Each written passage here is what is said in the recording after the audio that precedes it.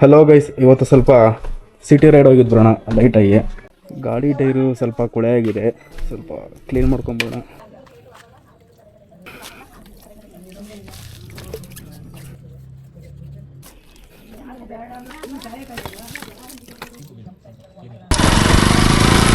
ಗಾಡೀಲಿ ಆಲ್ಮೋಸ್ಟು ಎಲ್ಲ ಪೆಟ್ರೋಲ್ ಖಾಲಿ ಹೋಗಿದೆ. ಏನೋ ಒಂದು 50 ರುಪೀಸ್ ಪೆಟ್ರೋಲ್ ಇರಬೇಕಷ್ಟೇ ಗಾಡೀಲಿ. ಅದಕ್ಕೆ ಗಾಡಿಗೆ ಪೆಟ್ರೋಲ್ ಹಾಕ್ಸ್ಬಿಡೋಣ. ಗಾಡಿಗೆ ಪೆಟ್ರೋಲ್ ಹಾಕೋಕೆ ಹೋದ, ಕರೆಕ್ಟಾಗಿ ನೋಡ್ಕೊಂಡಿಲ್ಲ, ಪೆಟ್ರೋಲ್ ಎಲ್ಲ ಚಲೋ ಐತಿ ಈಗ ಗಾಡಿಯಿಂದ. ಸೊ ಆಟೋಮೆಟಿಕ್ಕಾಗಿ ಗನ್ ಲಾಕ್ ಆಗುತ್ತಲ್ಲ, ಬರೀ ಮೀಟ್ರನ್ನ ನೋಡ್ಕೊಂಡಿದ್ರೆ ಈ ಥರ ಕೆಲವು ಟೈಮ್ ಬಿಡುತ್ತೆ. ಗೈಸ್ ಏನಂತ ಗೊತ್ತಿಲ್ಲ, ಗಾಡೀಲಿ ಬ್ಯಾಕ್ ಬ್ರೇಕ್ ಹೊಡೆದ್ರೆ ಸಾಕು ಏನೋ ಟಕ್ಕಂತ ಸೌಂಡ್ ಬರ್ತೈತೆ. ಈ ಬ್ಯಾಕ್ ಬ್ರೇಕ್ ಪ್ರೆಸ್ ಮಾಡ್ತಿದ್ದಂಗೆ ಗಾಡೀಲಿ ಏನೋ ಸೌಂಡ್ ಬರ್ತಾಯಿದೆ, ಏನಂತ ಗೊತ್ತಾಗ್ತಾ ಇಲ್ಲ. ಎಲ್ಲ ಟೈಟ್ ಆಗಿದೆ,